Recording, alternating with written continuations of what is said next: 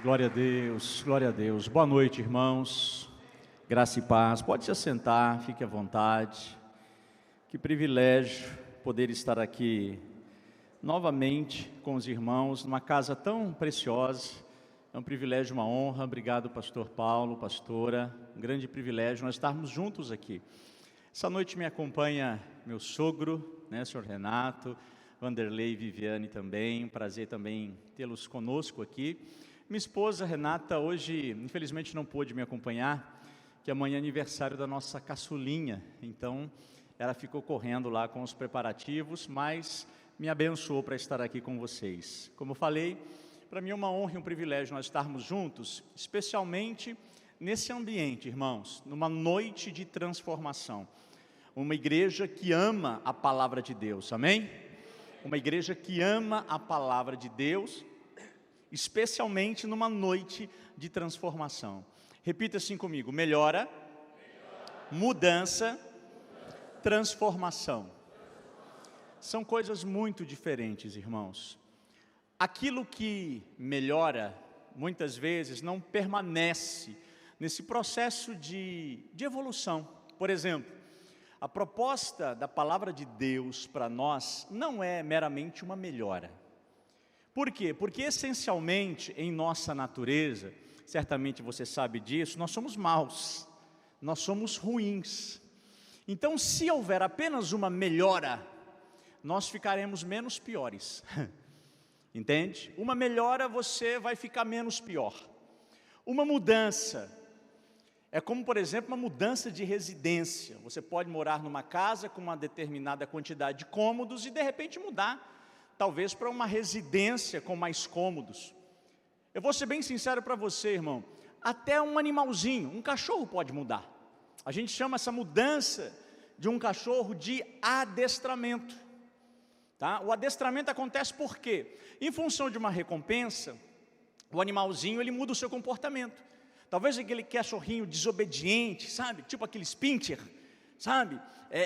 Que come o calçado, o pé do sofá, e você de repente coloca ele para passar por um processo de adestramento.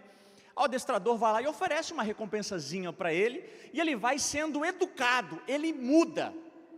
A questão é que com o passar do tempo, se não houver mais recompensa, o que acontece com aquela mudança? Ela é permanente, sim ou não? Não é. Por quê? Porque aquilo que melhora pode voltar a piorar. Aquilo que muda pode voltar ao seu estado anterior. Por quê? Porque esse cachorrinho, ele pode ficar mais educado, porém ele continua sendo um cachorro, porque não se trata de natureza, é só educação, é só comportamento. Essa noite não é uma noite para simplesmente mudança de comportamento, entende? É uma questão de transformação. E transformação é aquilo que a gente chama de metanoia, de metamorfose. Sabe o que é metamorfose?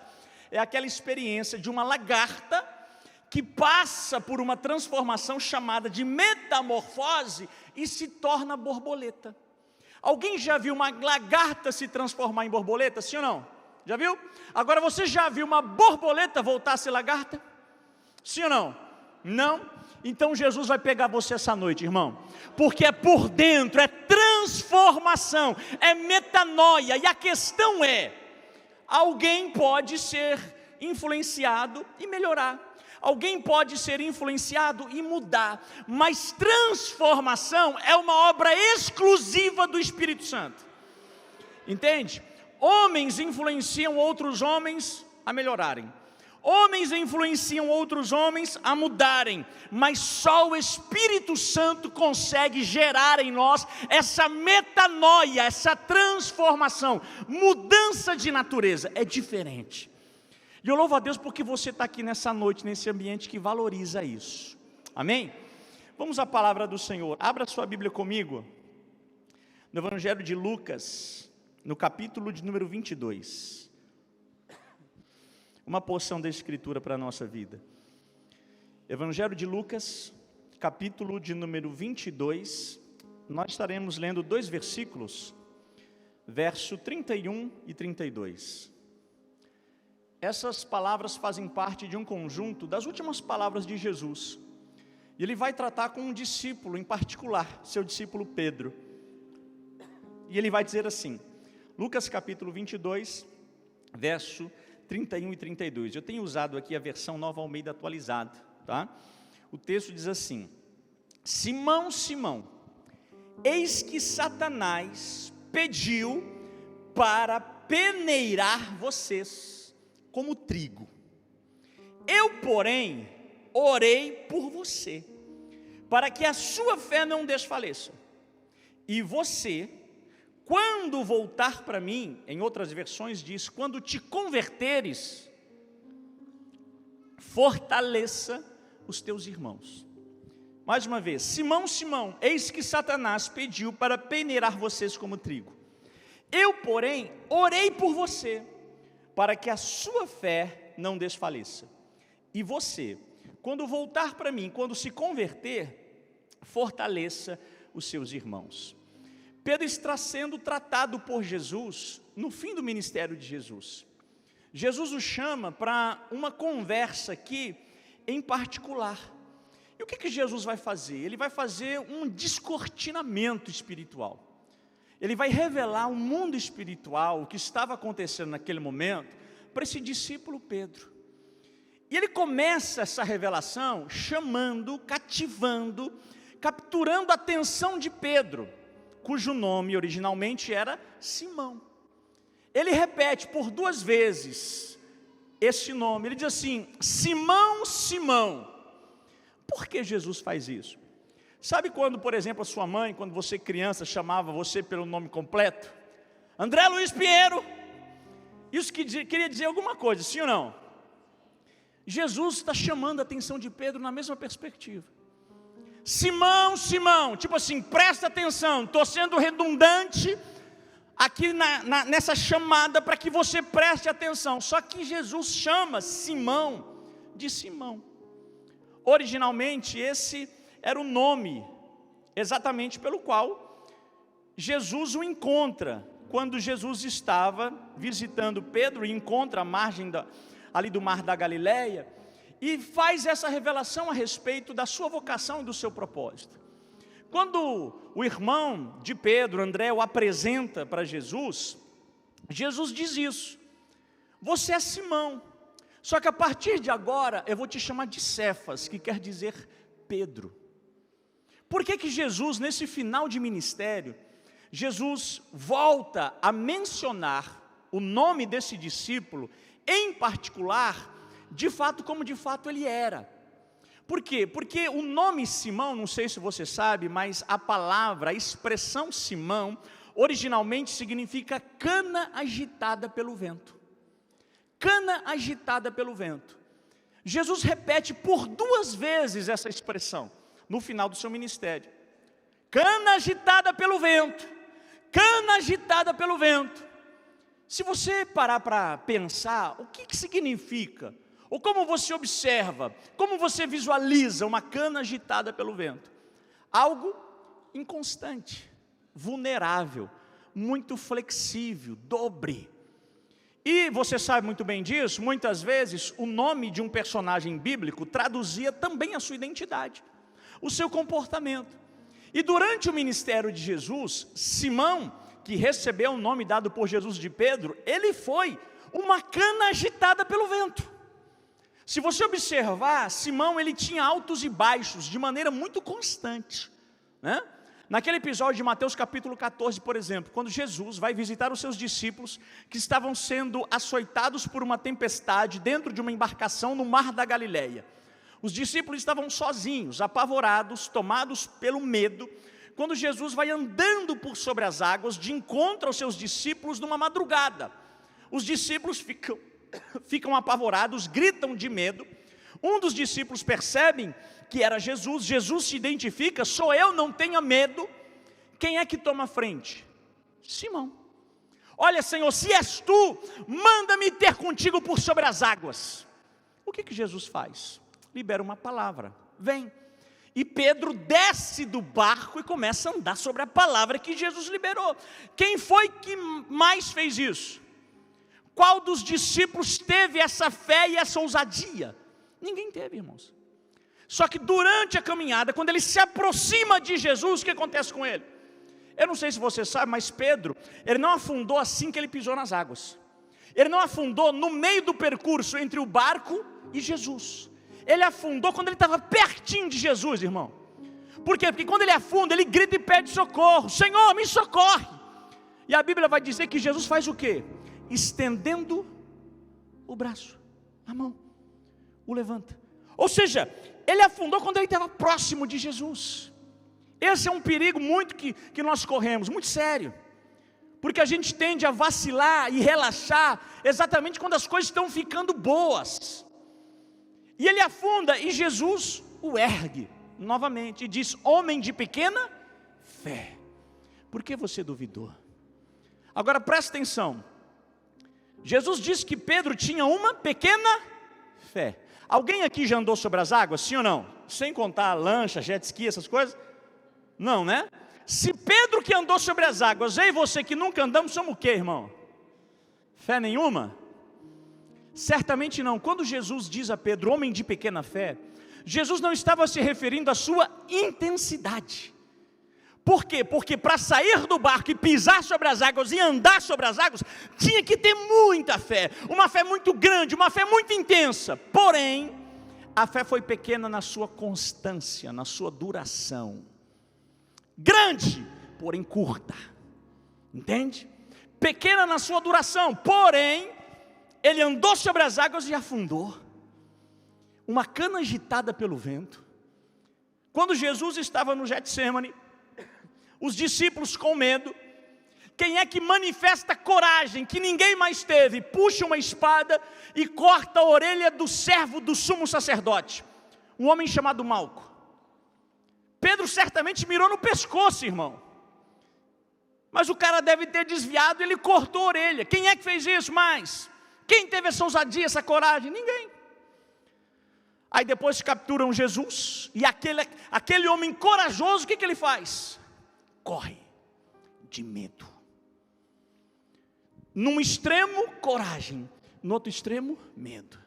Jesus chama ele em particular e pergunta: o que as pessoas estão dizendo a meu respeito? Quem dizem as pessoas que eu sou? Pedro responde: olha, alguns dizem que o Senhor é João Batista, Elias reencarnado. Tá bom, mas e você? Quem você diz que eu sou? Aí Pedro diz: tu és o Cristo, o Filho do Deus vivo. Jesus disse para ele: você emprestou a sua boca para o meu Pai. Não foi nem carne nem sangue que te revelou essas palavras, foi o meu Pai que está nos céus. Ele foi boca de Deus naquele momento. Passado alguns instantes, Jesus revela o seu plano de ir para Jerusalém e ser crucificado, ser morto. Aí Pedro, que estava cheio depois de ser elogiado, chama Jesus de canto e começa a repreender Jesus. Fala assim: mestre, não vai não, tem compaixão de ti mesmo, pensa mais em você. Ó, você é o melhor de Deus, sabe? Você não precisa sofrer, não faz isso não. Aí Jesus diz o que para ele? Para trás de mim, Satanás. Numa hora tu é boca de Deus, depois de uns minutos tu empresta a boca para o diabo. Uma cana agitada pelo vento, inconstante, durante 3 anos e meio. Por que eu estou dizendo isso para você? Põe por gentileza aqui na projeção, Evangelho de João, capítulo 1, versículo 42. Quando Jesus chama Pedro, ele já sabia desse perfil inconstante, por isso o seu nome era Simão. João capítulo 1, verso 42, olha o que a palavra vai dizer a respeito daquilo que Jesus diz a esse discípulo quando ele o chama. Enquanto os irmãos colocam aqui, eu já vou ler para você para nós ganharmos tempo. João capítulo 1, verso 42 diz assim: e o levou a Jesus. Jesus olhou para ele e disse: você é Simão, filho de João, mas agora será chamado Cefas, que quer dizer Pedro.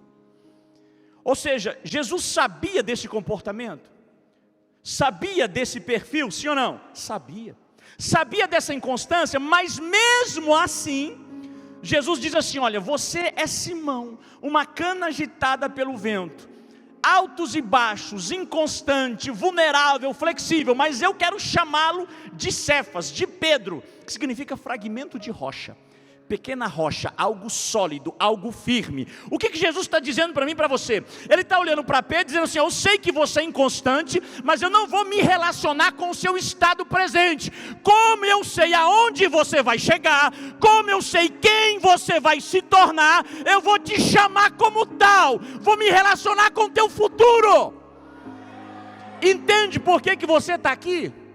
Porque o Senhor não se relaciona com o seu presente, meu irmão. Ele te viu lá na frente, Ele conhece o teu futuro, e Ele não te chama pelo teu hoje, Ele te nomeia pelo teu futuro. Você pode estar, mas você não é. Você pode estar, porque o teu estado é passageiro. O que você é o que o Senhor determina para a tua vida. Por quê? Porque de fato Pedro, ele se tornou uma pequena rocha. Você conhece a sua história, inclusive a sua morte. Depois nós falaremos sobre isso. Mas ele se tornou firme, sólido, permanente, entende? Só que nesse final de ministério de Jesus, Jesus chama esse homem e o chama pelo seu nome original. Por quê? Porque ele passaria por um grande desafio. Ele diz: Simão, Simão, preste atenção, o Satanás me pediu para te peneirar, como se peneira o trigo. Eu disse a você, irmãos, preste atenção, que transformação não é obra de homens. A nossa transformação, mudança de natureza, regeneração, é obra exclusiva do Espírito Santo. Ninguém faz isso em você, em mim, em nós. É o Espírito Santo quem faz. Agora, o Espírito de Deus, ele pode usar pessoas para te instruir, e ele pode usar experiências para promover também essa transformação, que é uma obra exclusiva dele. E o que Jesus está revelando a Pedro é exatamente isso. Ele haveria de passar por uma experiência que iria transformá-lo. E o instrumento dessa experiência, meu irmão, era o diabo. Algumas coisas nós precisamos entender aqui. Nesse descortinamento espiritual a Pedro e a nós, Jesus o chama e diz: Simão, Simão, o Satanás me pediu para te peneirar como se peneira o trigo. O que a gente aprende aqui? Presta atenção, nada foge do controle de Deus. É a primeira coisa, porque Jesus está dizendo assim: o Satanás quer fazer algo na tua vida, só que ele não pode fazer sem que eu autorize. Independente, presta atenção no que eu vou te dizer, independente das circunstâncias, Jesus nunca perde a mão. Independente das circunstâncias, o Senhor jamais perde a mão. Ele está dizendo ao seu discípulo: o diabo me pediu, por quê? Porque ele não pode nada sem que eu permita. Lutero já dizia: o que é o diabo? É um cachorro na coleira, e a coleira está na mão de quem, irmão? De Deus. Entende? E a coleira está na mão de quem? De Deus. O que eu e você precisamos saber? Diante da soberania de Deus, Ele não perde o controle. Quando, por exemplo, nós lemos o livro de Apocalipse, chamado também de o livro das revelações, algumas pessoas têm até medo do livro de Apocalipse, por conta das suas simbologias, das revelações de eventos futuros. Mas eu não sei se você sabe, mas o propósito do livro de Apocalipse não é te revelar eventos futuros, é te revelar o quê? Uma pessoa. Que pessoa? Jesus. João está exilado numa ilha chamada Patmos, e ele começa no primeiro versículo do livro de revelações de Apocalipse, livro das revelações de Jesus Cristo. O propósito do livro é te revelar Jesus, entende? Por quê? Porque Jesus é mais importante do que qualquer circunstância. Por isso que no capítulo 4, pode preparar esses versículos por gentileza, capítulo 4, verso 1 e 2. João, ele vai ser arrebatado em espírito, ele tem uma visão, e o Senhor fala algo para ele. O Senhor diz assim: João, sobe para cá, porque eu quero te mostrar os eventos e as coisas que haverão de acontecer. Observe, Apocalipse capítulo 4, verso 1, olha o que o texto diz para nós. Depois dessas coisas, olhei e eis que havia uma porta aberta no céu. A primeira voz que eu ouvi era a voz como de trombeta ao falar comigo, e disse: suba até aqui, grava isso, e eu lhe mostrarei o que deve acontecer depois. E eu lhe mostrarei o que deve acontecer depois destas coisas. Verso 2: imediatamente eu me achei no Espírito, e eis que havia um trono armado no céu, e alguém estava sentado no trono. Perceba algo, o Senhor diz: João, sobe aqui, que eu vou te mostrar o que vai acontecer. João sobe para saber o que vai acontecer, e o que o Senhor diz para ele? Mais importante do que saber o que vai acontecer, mais importante do que se apegar a contextos circunstanciais, é você saber que tem alguém no trono, que o trono não está vazio, que Ele está no controle. É isso é soberania.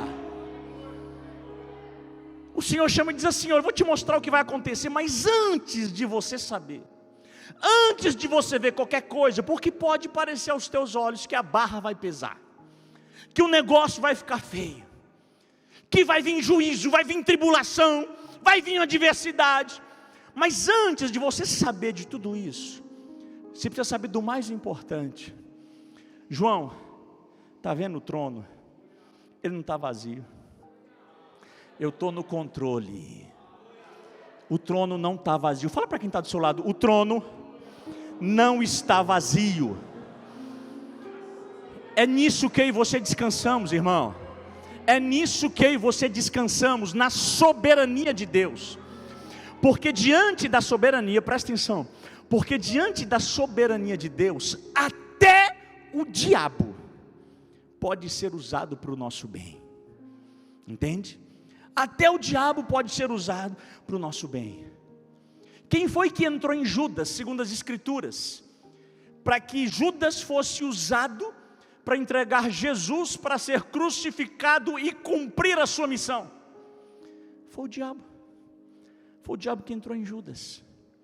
Quem foi o instrumento de tentação e provação e tribulação para o aperfeiçoamento de Jó? Homem íntegro, reto, temente a Deus, que se desviava do mal, porém, lá no fundo, orgulhoso. Porque enquanto os seus amigos o acusavam, ele dizia: quem pode me acusar de algum pecado? Eu sei que eu serei achado justo. E quem foi o instrumento de aperfeiçoamento de Jó? Foi o diabo, debaixo de uma permissão de Deus, irmão. Entende? Se você pegar a palavra de Deus em 2 Coríntios capítulo 12, você vai ver o apóstolo Paulo dizendo assim: eu conheci um homem, se no corpo ou fora no corpo, eu não sei. Ele está falando dele mesmo, que foi ao terceiro céu, teve visões, revelações, ouviu palavras que aos homens não é lícito contar, não é lícito mencionar, palavras inefáveis. Aí no versículo 7 de 2 Coríntios capítulo 12, ele vai dizer assim: e para que eu não me ensoberbecesse, foi-me dado um espinho na carne, a saber, um mensageiro de Satanás para me esbofetear. O apóstolo Paulo fala desse espinho, uma tribulação constante. Nós não sabemos exatamente qual era o espinho na carne do apóstolo Paulo, mas nós sabemos que era algo que era operacionalizado por Satanás ou seus demônios. Porque ele diz: foi-me dado um espinho na carne, a saber, um mensageiro, mensageiro do grego angelos, um anjo, de Satanás, ou seja, um anjo de Satanás, um demônio.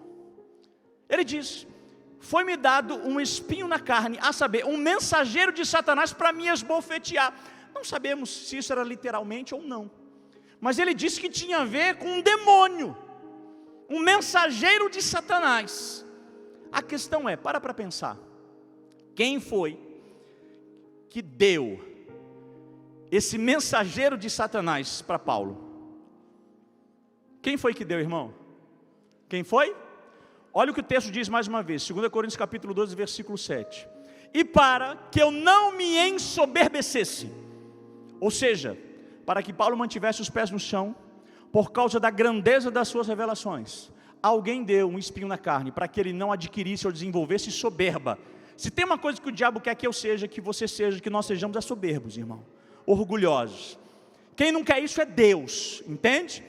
E o texto diz, para que eu não me ensoberbecesse, por causa das grandezas das revelações, Deus me deu um espinho na carne. Deus permitiu o diabo agir na minha vida. A questão é, esse espinho na carne era bom, sim ou não? Não. Mas fazia bem, sim ou não? Deus está mais preocupado em que você seja fiel do que você seja feliz. Pode não ser bom, o que importa é que te faça bem, entende? Por quê? Porque nem tudo que faz bem é bom. Alguém já tomou bezetacil? Já tomou bezetacil? Quem é que gosta de tomar bezetacil, irmão? Nem sei se pode mais hoje isso, é porque isso é um crime, né? Mas bezetacil é ruim, mas faz bem, parece ginkgo biloba. Já ouviu falar em ginkgo biloba? Né? Faz de tudo, cura tudo, até expulsa demônios, pensar. Faz de tudo. Mas é ruim, é desagradável, é dolorido, mas faz bem. O Senhor se importa exatamente com o fim da experiência, entende? Só que para você desfrutar do fim dessa experiência, você precisa passar às vezes por um processo doloroso. E às vezes esse processo doloroso tem a participação do próprio diabo, entende? Tem a participação do próprio diabo. A minha filha, Késia, mais velha, nossa filha, quando ela tinha aproximadamente de 7 para 8 anos, ela foi acometida por uma enfermidade. Nós não sabíamos na época o que era, mas ela começou a perder os movimentos dos membros inferiores. E isso foi se alastrando por todo o seu corpo. Na época, nós procuramos muitos especialistas, fomos em diversos médicos, hospitais da região, de Sorocaba, aqui em São Paulo também, para que ela pudesse ser investigada, examinada, para que houvesse um diagnóstico. A expectativa na época, na verdade, a possibilidade é que ela tivesse distrofia muscular. E o prognóstico é que se essa doença fosse constatada, ela chegaria aí aos seus 12 anos de idade, 15 no máximo, sem estar numa cadeira de rodas, e não passaria de 20 anos de vida. Hoje ela está com 15 anos e graças a Deus não foi esse o diagnóstico, né? Porém, no processo de investigação, irmãos, nós ficamos muito temerosos e ela teve que passar por um exame chamado eletroneuromiografia. Alguém conhece esse exame? Eletroneuromiografia. Para investigar, porque era uma questão de musculatura. Ela teve que deitar numa maca, só com a peça íntima de baixo, só com a calcinha, na época de 7 para 8 anos, e agulhas, irmãos, sem brincadeira, maior do que o smartphone, do que o aparelho de celular, foi inserida, introjetada em todo o corpo dela, desde o pé até a cabeça, irmão. E aí, ela já estava tão acostumada em ser examinada, a fazer exame de sangue, muita agulha, mas naquele processo ela sentiu muito medo. Então, toda vez que ela ia fazer exame de sangue, ela segurava na minha mão. Ela está com 15 anos e até hoje é assim. Quando eu levo ela para fazer exame de sangue, ela segura na minha mão. Mas na época, quando ela deitou na maca, e a doutora começou a espetá-la com essas agulhas, ela ficou apavorada, por causa do tamanho da agulha. A médica disse, olha, não vai doer, tá? Porém, durante o processo desse exame, após a penetração das agulhas, ela precisava tomar um tipo de choque, eletroneuromiografia. Quando a médica ligou o aparelho para dar choque no corpo dela, a Késia gritou e estendeu a mão, porque eu estava do lado dela. Quando eu fui pegar a mão dela, a médica, não segura ela. Eu recolhi a mão na hora. Ela falou assim, você não pode encostar nela, senão vai comprometer o exame. Aí a Késia chorava de um lado e eu chorava do outro. E naquele momento o Espírito de Deus falou ao meu coração, fique em paz. É assim que eu faço. Muitas vezes é você que está no lugar dela, ou é você. E o que você espera é uma mão estendida do Senhor, é um socorro, é um eu estou aqui com você, de alguma forma mais palpável. Mas sabe o que o Senhor está dizendo para você essa noite? Às vezes você não sente isso, não é como você gostaria, como você espera, para não comprometer o seu processo, é para o seu bem. Não é bom, não é agradável, mas é para o seu bem. Mesmo não sendo do seu jeito, segundo a sua expectativa, descansa. Por quê? Porque o teu pai está do seu lado. Descansa porque o seu pai está do seu lado. O que eu e você precisamos entender? Que no cuidado de Deus, Ele não perde a mão, Ele não perde o controle, Ele permanece soberano. Foi o que Jesus estava revelando para Pedro, alguém até então muito inconstante. Simão, Simão, Satanás me pediu para te peneirar, como se peneira o trigo. Jesus faz essa revelação para o seu discípulo.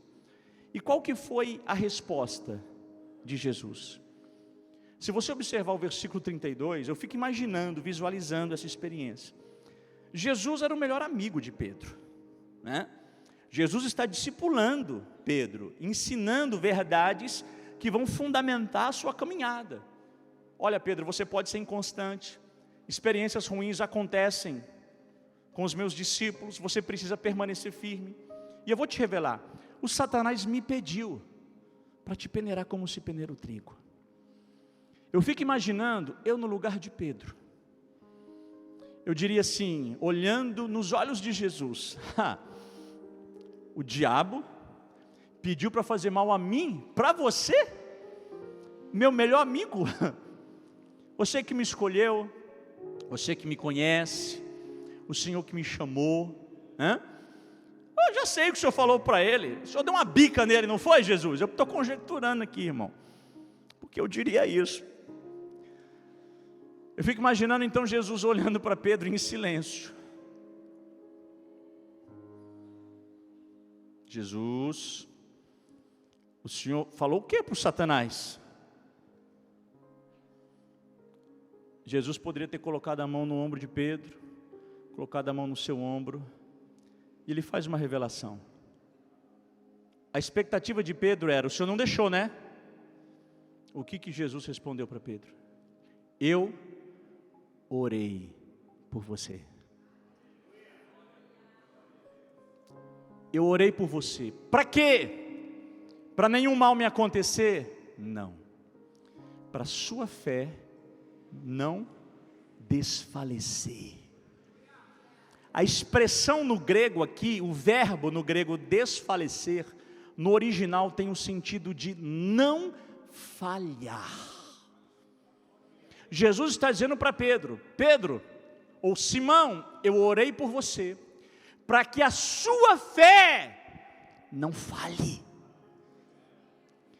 Eu não orei para que o mal não te alcance, eu orei para você suportar o mal. Você está entendendo isso, irmão? São duas experiências que eu e você podemos viver, dois tipos de milagres. Existe um milagre quando existe um problema, um mal na sua vida, alguma experiência, e você supera isso.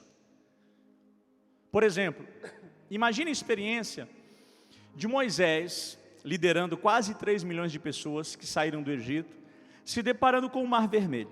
Atrás dessa multidão, Faraó, à direita e esquerda, montes, eles estavam num tipo de um vale, geograficamente falando. Aí Moisés ora, como diz as Escrituras, pede ao Senhor. O Senhor diz, por que você está orando? Diz para o povo marchar, estende o cajado sobre as águas. Moisés obedece, estende o cajado, o que acontece com o mar? Se abre. Imagine que o mar seja o problema, o desafio. O problema, o desafio foi o quê? Superado. Aconteceu um milagre, sim ou não? o maior milagre do Antigo Testamento, o primeiro aquário natural da humanidade, irmão. Eu não sei se você sabe, mas o mar se abriu de noite, tá? Não é como essas pinturas descrevem. O desafio era muito maior. Deus não só abriu o mar, como secou o caminho para eles andarem. Porque se não secasse o caminho, no meio daquele lodo, as carruagens de Faraó alcançariam o povo.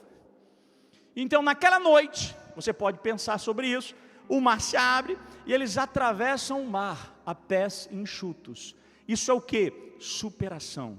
O milagre foi instantâneo, eles atravessaram o mar. Agora vamos conjecturar aqui.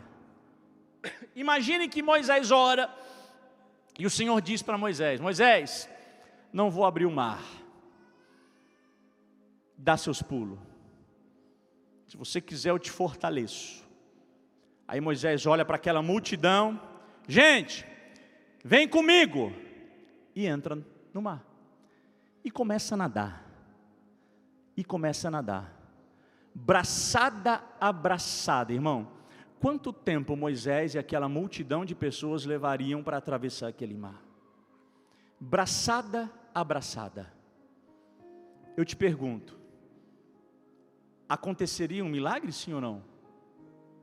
A questão é que se o mar se abre, o milagre acontece do lado de fora. Se o mar não se abre e você decide atravessá-lo a nado, você não supera o problema, o desafio, você suporta o desafio. É preciso ter mais fé para abrir o mar ou para nadar, atravessá-lo a nado? Porque quando o mar se abre, o milagre é instantâneo e acontece do lado de fora. Mas se o mar não se abrir e você decidir não falhar, não desfalecer, permanecer firme, braçada a braçada, o milagre não acontece do lado de fora. Por quê? Porque você é o milagre. Porque você permanece, irmão. Entende? Porque você permanece. Algumas experiências nos transformam. Porém, as experiências que mais nos transformam não são experiências onde você supera um desafio, mas é onde você suporta. Porque uma multidão de pessoas viram os milagres que Jesus fez durante a sua caminhada aqui. E essas pessoas pediram para que Jesus fosse crucificado. Porque esses milagres que aconteceram para as pessoas não as transformaram. Diferente quando o milagre não acontece para você, mas acontece em você. Quando você não supera e você suporta, isso te transforma, irmão. É isso que te transforma. E aqui tem um desafio para mim e para você. Eu e você precisamos desenvolver fé para perder. Repita isso comigo: eu preciso aprender a perder pela fé. Você sabia disso? Eu já fui convidado para conferências, vencendo pela fé e outras coisas mais. Mas ninguém nunca me chamou para uma conferência de aprendendo a perder pela fé. Porque nós não somos treinados ou estimulados a isso, irmãos. Nós somos estimulados a vencer, a ganhar, a conquistar. Só que você precisa ter mais fé para perder do que para ganhar. Entende? Entende? Por isso, presta atenção, grava isso que eu vou te dizer aqui. Se o propósito de Deus, e é esse o propósito do Senhor, para mim e com a tua vida, é nos tornarmos mais parecidos com Jesus, o Senhor celebra muito mais uma perda que nos torna mais humildes, do que um ganho que nos ensoberbece. O propósito do Senhor é te tornar mais parecido com Jesus. Então Ele celebra muito mais tuas perdas, que te aproximam dEle, do que tuas conquistas, que te afastam dEle. Porque Ele não está interessado essencialmente, primariamente, na sua felicidade. Ele está se importando com a sua fidelidade. Não se trata do que você está ganhando, conquistando ou possuindo, se trata de quem você está se tornando. Nós conversávamos com os pastores aqui agora, antes de nós encerrarmos essa celebração, e nós falávamos sobre isso. O sucesso de uma igreja, irmãos, não é medido pelo crescimento da sua estrutura. Graças a Deus nós temos uma estrutura muito excelente aqui. Mas o sucesso de uma igreja não é medido pelo crescimento da sua estrutura. Por quê? Porque igreja não é uma organização, é um organismo. Então o sucesso de uma igreja não é medido pelo crescimento da sua estrutura, mas pelo desenvolvimento da sua pessoa.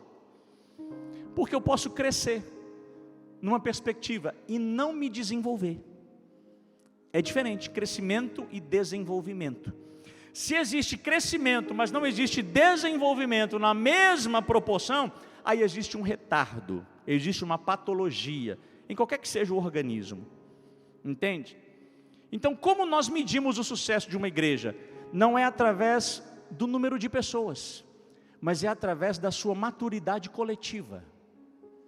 Porque é um corpo, é um organismo. Então não se trata de quantas pessoas, se trata de um corpo que está crescendo e amadurecendo. Entende? É para isso que nós estamos aqui. Se não houver maturação, se não houver desenvolvimento, alguma coisa está errada, tem uma enfermidade aí. Ou não é organismo, é organização só. E Jesus não veio criar uma organização, irmão. Jesus não é empresário, empreendedor, coach, não é nada disso. Jesus é noivo, entende? Ele vem buscar uma noiva, ele vem buscar uma pessoa. Agora presta atenção, ele não vem buscar qualquer pessoa, ele é noivo, ele vem buscar uma noiva, não confunda, ele não vem buscar uma daminha de honra, ele não é pedófilo. Entende? Daminha de honra é aquela que parece a noiva, mas é pequenininha, infantil. Não é essa que Jesus vem buscar não, irmão. Entendeu? Jesus não vem buscar uma miniatura infantil. Jesus vem buscar uma noiva madura que lhe é congruente, gloriosa, sem mancha, sem ruga, sem mácula. Eu e você temos que estar nesse processo de amadurecimento. E nesse processo vai nos ser exigido algumas experiências, nós passarmos por alguns processos que não são bons, mas nos fará bem. E para isso a gente precisa ter fé para perder, porque a gente amadurece muito mais, irmãos, através das nossas perdas do que através dos nossos ganhos. Sim ou não? Leia comigo um texto, Hebreus capítulo 11. Hebreus capítulo 11, a partir do verso 33. Essa lista de personagens que nós vamos ler aqui, bíblicos, trata para nós a respeito dos heróis da fé. Olha o que diz esse texto. Hebreus capítulo 11, a partir do verso 33. O texto diz assim: os quais, por meio da fé, conquistaram reinos, praticaram a justiça, obtiveram promessas, fecharam a boca dos leões, extinguiram a violência do fogo, escaparam de ser mortos à espada, da fraqueza tiraram força, fizeram-se poderosos na guerra, puseram em fuga exércitos estrangeiros, mulheres receberam pela ressurreição os seus mortos, alguns foram torturados, não aceitando o seu resgate, para obterem superior ressurreição. Olha isso. Outros, por sua vez, passaram pela prova de zombarias e açoites, sim, até de algemas e prisões, foram apedrejados, cerrados ao meio, mortos a fio da espada, andaram como peregrinos, vestidos de peles de ovelhas e de cabras, passaram por necessidades, foram afligidos e maltratados, o mundo não era digno deles, andaram errantes pelos desertos, pelos montes, pelas covas, pelos antros da terra, todos estes,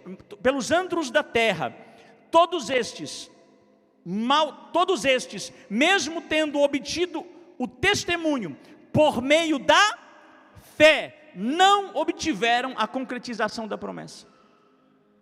Nós vemos um mesmo grupo, com experiências distintas. Uns ganharam pela fé, venceram a fio da espada pela fé, derrotaram reinos pela fé.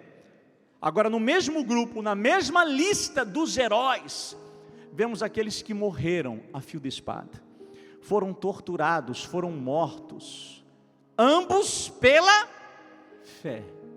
Uns ganharam pela fé, outros perderam pela fé. Como que a gente perde pela fé? É quando você perde tudo, mas não perde a fé. É quando você perde alguma coisa, mas não se perde. Olha o que o apóstolo Paulo diz no final da sua carreira: combati o bom combate, terminei a carreira e guardei a fé. Perdeu tudo, irmão, mas se tem uma coisa que ele guardou, foi a fé. Entende? O que o Senhor espera de mim e de você? Que você venhamos aprender a sofrer pela fé, a nos tornarmos de fato resistentes, ou como as pessoas dizem hoje, resilientes, sem se perder, sem perder a sua essência, a essência de uma nova natureza, de alguém que foi transformado por Jesus. E isso acontece, não é por acaso, é pela fé. Por que Jesus estava dizendo isso a Pedro? Porque Jesus sabia o que Pedro haveria de enfrentar, algumas experiências pelas quais ele haveria de passar, ele precisaria ser preparado para isso. Eu não sei se você sabe, mas você sabe como Pedro morreu? Pedro morreu crucificado. Só que ao ser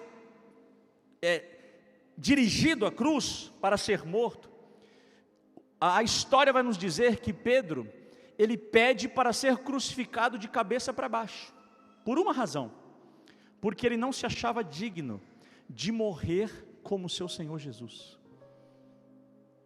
Você pode imaginar isso, irmão? Alguém que pede para ser crucificado de ponta cabeça? Jesus vai mencionar isso. Vamos ler esse texto, Evangelho de João, capítulo 21, a partir do verso 18. Evangelho de João, capítulo 21, verso 18, diz assim, olha: em verdade te digo, que quando eras mais moço, observe essa expressão, mais moço, você se cingia e andava por onde você queria. Jesus chama Pedro de canto e diz: quando você era mais jovem, mais moço, mais imaturo, mais infantil, você se vestia e você andava por onde queria, ou seja, você se governava, sabe? Autogoverno, decisões próprias, é sinal de imaturidade. Quando você era mais moço, mais imaturo, você tomava as decisões a seu próprio respeito. Agora olha o que Jesus vai dizer: mas quando você for velho, experiente, maduro, estenderás as mãos, e outro o cingirá, e o levará para onde você não quer ir. Jesus está dizendo, quando você amadurecer, você não decidirá mais a respeito de si mesmo, você vai se entregar para que outro te governe, outro vai te vestir, outro vai te dirigir. Romanos capítulo 8, versículo 14, que os filhos de Deus são aqueles que são dirigidos pelo Espírito de Deus. E a expressão filhos no grego ali, não é teknon, filhos imaturos, filhos recém-nascidos, de João capítulo 1, versículo 12, ali é huios, que significa filhos maduros. Paulo está dizendo, quando você for um filho maduro, você vai ser dirigido pelo Espírito Santo, porque o imaturo se dirige, mas o maduro entrega a direção da sua vida para o Espírito Santo. E Jesus está dizendo isso para Pedro: quando você for velho, você vai estender as mãos, e outro vai te cingir, e vai te levar por onde você não quer. Agora, olha o verso 19, irmão. Jesus disse isso para significar, olha isso, com que tipo de morte Pedro havia de glorificar a Deus. Depois de falar assim, Jesus acrescentou: siga-me. Você quer realmente glorificar a Deus, irmão? Jesus disse isso significando com que tipo de morte Pedro havia ou haveria de glorificar a Deus. Alguém que era até então inconstante, vulnerável, dobre, sabe? Jesus está dizendo para ele: você vai se tornar tão firme, você vai ser tão transformado, que você vai chegar ao ponto de glorificar a Deus entregando a sua vida. E deixa eu te falar uma coisa: a cruz não é um acidente na sua vida, a cruz não é um acidente na minha vida. Como filhos de Deus, a cruz é o nosso destino. Por quê? Porque não se adora, se você gosta de escrever, escreva isso, não se adora um Deus crucificado fugindo da cruz. Não se adora um cordeiro imolado fugindo do matadouro.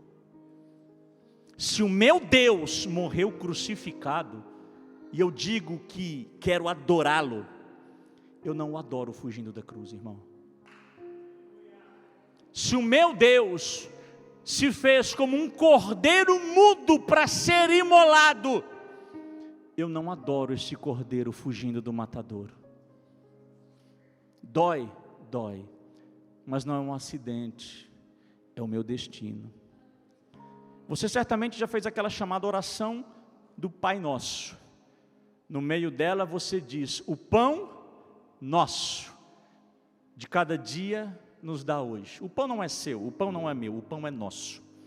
Mas em Lucas capítulo 9, versículo 23, Jesus diz assim: se alguém quiser vir após mim, tome a sua cruz, negue-se a si mesmo, dia após dia, e depois me siga. Tal qual um pão preparado para cada dia existe para você, existe uma cruz também, dia após dia.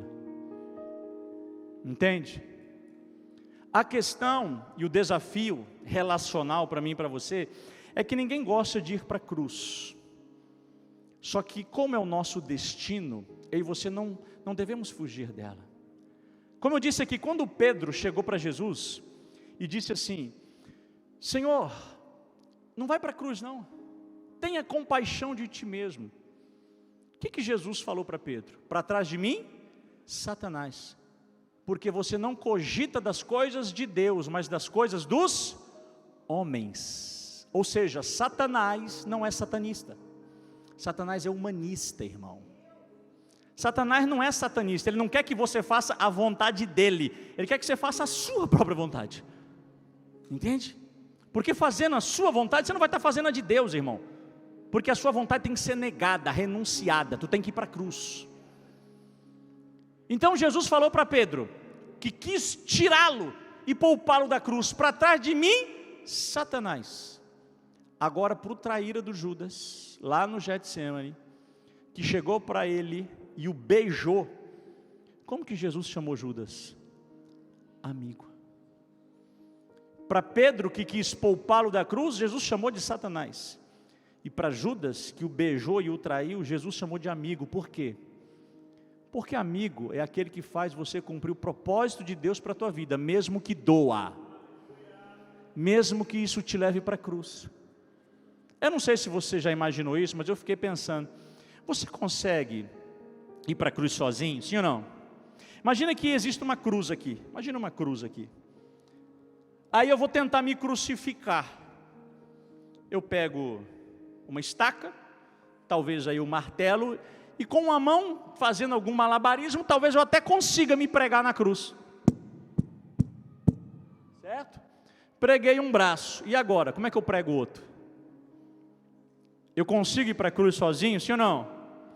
Eu preciso de um amigo. Quem é o meu amigo? Aquele que vai me ferir. Entende? É o que vai me machucar. Por quê? Porque me ferindo vai me dar a oportunidade de me parecer com Jesus. É me ofendendo que vai me dar a oportunidade de eu perdoar.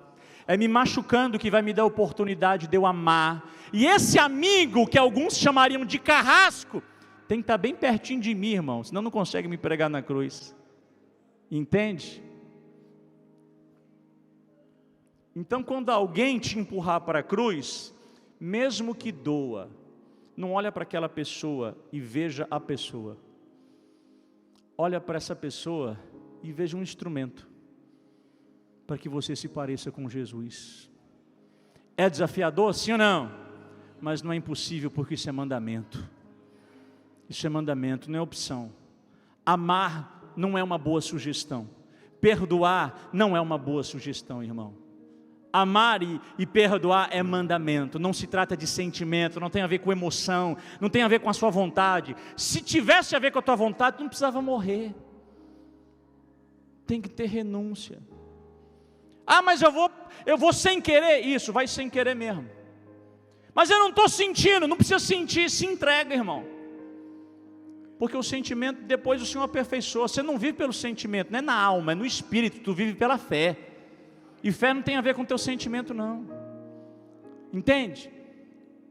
Pedro, ô Simão, fica firme. Por quê? Porque eu orei por você, para a tua fé, durante o processo que eu permiti, não falhar. Fica firme, aguenta firme, vai até o fim, que eu estou aqui orando por você. Completa a carreira para você ser transformado. Por quê, irmão? Eu não sei se você percebeu, mas Jesus disse para Pedro assim: e depois, quando você se converter, quando você se voltar para mim, fazer um giro de 180 graus. Ou seja, Pedro caminhou 3 anos e meio com Jesus e não era convertido. Ele mudou, ele melhorou, mas ele ainda não tinha sido transformado, irmão. Entende? Desde o seu chamado, ele melhorou muita coisa. Ele mudou muita coisa, mas não se trata de melhora, não se trata de mudança, tem a ver com transformação. Quando você te converter, quando você se converter, quando você for transformado, tem uma evidência de transformação. Quem melhora tem um perfil, quem muda permanece com o mesmo perfil. Que perfil? Orgulhoso e egoísta. Faz parte da nossa natureza. Alguém que é orgulhoso por natureza, egoísta por natureza, que tem uma natureza caída, permanece assim. Agora, qual que é a evidência da conversão? E tu, quando te converteres, o que Jesus falou para ele? Fortalece os teus irmãos. Ou seja, você vai deixar de pensar menos em você para pensar mais no outro, irmão. Evidência de conversão é você pensar menos em você para pensar mais no outro. Porque a igreja é um ajuntamento daqueles que têm compaixão. Entende? Já ouviu a história de João capítulo 5, o tanque de Betesda? Betesda significa casa de misericórdia. O tanque de Betesda, uma igreja da época com 5 pavimentos, irmãos, cheio de enfermos. Imagina o campo estratégico de Jesus entrar ali e falar assim: ó, filma tudo que eu vou fazer aqui, vou curar tudo, depois posta lá, você vai bombar. Não foi isso que Jesus fez. Na casa de misericórdia, o que não tinha? Misericórdia. Porque Jesus chega ali, num paralítico, que não andava há 38 anos, e faz uma pergunta: você quer ser curado? Uma pergunta óbvia, né? Uma resposta. Só que o paralítico responde para Jesus: olha, eu estou aqui há tanto tempo, e ninguém me coloca na piscina, no tanque. Quando o anjo desce para agitar as águas, tem alguém sempre que pula primeiro do que eu, não consigo ser curado.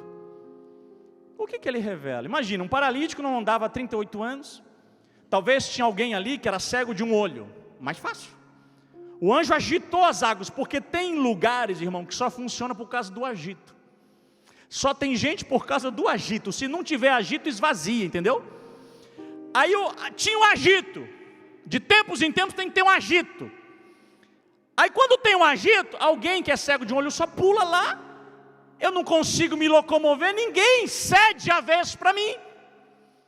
Ninguém tem a ousadia, a coragem, a fé de abrir mão do seu próprio milagre para me colocar lá. Ou seja, a casa de misericórdia era a placa, Betesda, casa de misericórdia. Está bombando, irmão, está cheio de gente. O que é isso? Presta atenção: celebração coletiva da individualidade, cada um por si. Ninguém tem compaixão de ninguém. Está todo mundo buscando só o próprio interesse. Amor passa longe, irmão. Característica do amor: não busca o próprio interesse. Não tinha amor na casa de misericórdia. Por quê? Porque só funcionava no agito, irmão. Se a piscina não agitar, acabou.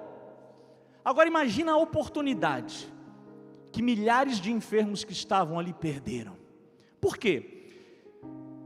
Imagine, se Jesus vai direto naquele paralítico de 38 anos, e alguém com misericórdia e compaixão estivesse pensando assim: eu vou ceder minha vez para o irmão ali. Quando o anjo agitar a água, eu vou botar ele na água primeiro do que eu. Se alguém tivesse essa perspectiva, estaria olhando para quem? Para o paralítico. Mas como estava todo mundo olhando para si, olhando para o agito, Jesus entrou, ninguém nem percebeu. Se alguém estivesse olhando para o próximo, quando Jesus entrou, perceberia Jesus. O paralítico seria curado, e quem tivesse compaixão dele seria também. Mas como ninguém estava olhando para o outro, só estava olhando para si, Jesus entrou, saiu, e só aquele homem foi curado, irmão. Por quê? Porque não se trata de movimento. Não é evento, irmão. Não é evento. Evento não muda ninguém, é só vento. Não transforma. Evidência de conversão é quando você para de olhar para você e começa a olhar mais para o outro. Quando você se converter, irmão, você vai fortalecer os teus irmãos. Você vai pensar menos em você. Você vai desenvolver maturidade, uma espiritualidade madura para cuidar de outros e não querer simplesmente ser só cuidado. Está entendendo? Jesus falou: o Satanás me pediu para te peneirar. Presta atenção. A peneira estava na mão de quem, irmão? A peneira estava na mão de... E Satanás? Na mão de Deus. A peneira pode estar na mão do diabo, mas não esqueça, o diabo está na mão de Deus. Por quê? Porque a peneira faria bem para Pedro. Jesus falou: ele me pediu para te peneirar como se peneira o trigo. E qual é o propósito da peneira do trigo? Repita assim comigo: purificação. Como se peneirava o trigo? O trigo, ele era recolhido, as suas hastes eram ajuntadas, eram feitos aqueles feixes, aqueles molhos com as hastes do trigo. Aqueles trigos eram levados para o alto de uma montanha, muitas vezes, aonde existia uma eira, e ali, aqueles que malhavam o trigo, o que faziam? Pegavam aqueles feixes e macetava, socava no chão, batia. Para quê? Para tirar os grãos fracos, as sujeiras, as impurezas. Depois pegava aqueles grãos e jogava para o alto. Por quê? Porque no alto da montanha ventava muito, o vento soprava, era mais um nível de purificação. As impurezas iam sendo retiradas ali. O último estágio da peneira do trigo, da purificação do trigo, era literalmente a peneira. Depois de bater, depois de jogar para o alto, depois de juntar, bater, jogar para o alto, se pegava os grãos, jogava na peneira e literalmente peneirava. O que sobrava era o trigo puro. O que eu quero dizer para você? A peneira de Satanás é o último estágio, irmão. Entendeu? Quando o Senhor permite o diabo agir na tua vida, você pode pensar: ficou ruim. Pode não ser bom, mas é o último estágio. Persevera. Não permita que a sua fé falhe. Por quê? Porque o verbo peneirar aqui é uma expressão que foi traduzida do grego, da palavra siniazo, do grego. Peneirar é siniazo no grego. E o significado é tirar toda impureza. O que é siniazo? É purificar plenamente. Qual é o propósito do Senhor na minha e na sua vida? É purificação. É te deixar puro, sem mistura, sem sujeira. Mesmo que para isso Ele não te estenda a mão enquanto você grita, para não comprometer o processo. Mesmo que para isso Ele solte Satanás para agir na tua vida. Você pode não estar vendo, mas a coleira continua na mão dele. Entende? Para te purificar ou peneirar, como se peneira o trigo. O que o Senhor está dizendo para mim e para você? Sua transformação vale mais do que o processo necessário para que isso aconteça. Valorize mais o fim do que o processo, o destino do que o caminho. O que você precisa saber? Que nós não temos um sumo sacerdote que não se compadeça das nossas fraquezas, mas um que, como nós, em tudo foi tentado, mas sem pecado. E o texto bíblico vai dizer que vive para interceder por nós. Tal qual ele orou por Pedro, o nosso sacerdote, o nosso Senhor, está orando por nós, está orando por você. Tem experiência que Ele vai tirar da sua frente, você vai superar. Tem experiência que Ele vai dizer assim: minha graça te basta, fica firme, eu estou aqui orando por você, para que a sua fé não desfaleça. Entende? Para que a tua fé não falhe. Então aguenta firme, porque você vai sair dessa experiência, não é melhorado. Você não vai sair dessa experiência mudado, você vai sair dessa experiência com uma metanoia, uma transformação. Não tem volta, irmão, não tem volta. Depois dessa experiência, o Simão nunca mais voltou a ser Simão. Se você ler Atos capítulo 12, irmão, em Atos capítulo 12, esse homem que era um Simão medroso, inconstante, vulnerável, ele foi preso pelo rei Herodes. Dias antes, rei Herodes pegou Tiago, irmão de Jesus, botou ele em praça pública e cortou a sua cabeça. As pessoas aplaudiram isso. Herodes viu que ele ganhou o povo, ele falou assim: vou fazer o mesmo com Pedro. Pedro, fica preso aqui, tem sentinelas que estão guardando você. Amanhã, cara, é a tua vez. Amanhã eu arranco a tua cabeça em praça pública. Se fosse você, o que você faria? Preso. Sabe o que Pedro fez? Pedro dormiu. Você dormiria, irmão? Que remédio você ia tomar para dormir, irmão? Pedro dormiu, sem remédio nenhum. E não foi qualquer sono, porque a igreja estava orando. Aí o anjo foi lá. Aí o anjo ligou a luz, irmão. Cheio de luz. Tem gente que é sensível à luz, né? Não consegue dormir. Pedro estava roncando, o anjo entrou, puf, aquele clarão. O que Pedro fez? Continuou dormindo. Depois você lê lá, Atos capítulo 12. O anjo: Pedro, bora! Pedro não acordou. O texto bíblico vai dizer que o anjo teve que cutucar Pedro. Acorda, cara, acorda, mano. Vim tirar você daqui.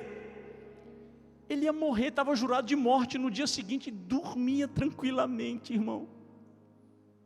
O Simão foi transformado em Pedro. Rocha, firme, entende?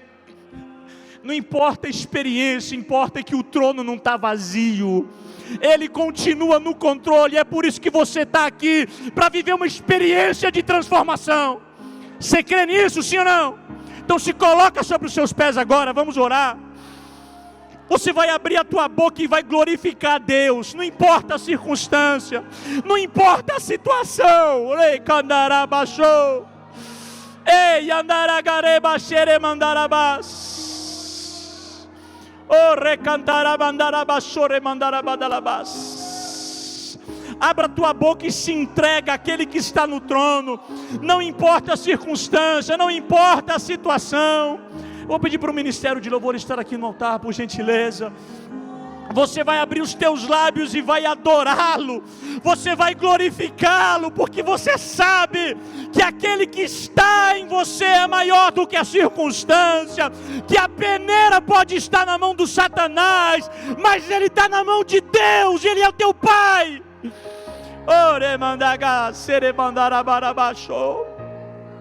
Talvez o Senhor esteja requerendo de nós essa noite um nível de fé mais profundo. Não é a fé que supera, é a fé que suporta. E você vai permanecer firme. Por quê? Porque Ele está orando por você, Ele está intercedendo por você. Você não veio aqui por acaso, meu irmão.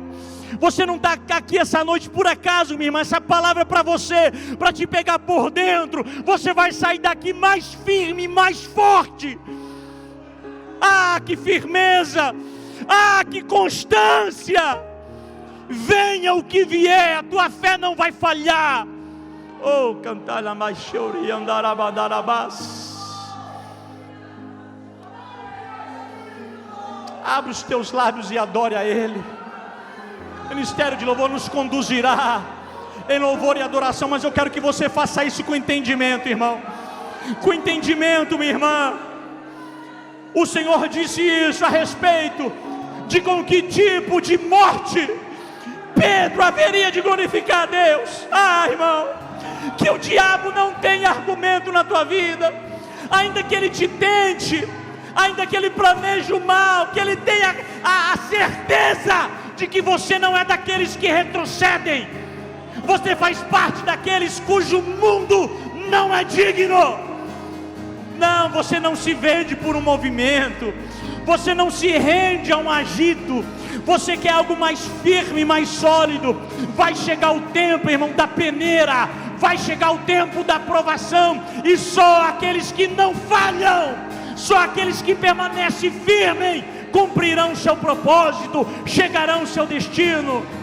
Você faz parte desse grupo, então abre os teus lábios mais forte e adora aquele que vive e reina para todo sempre. Oh, rebandarabara. E a minha salvação.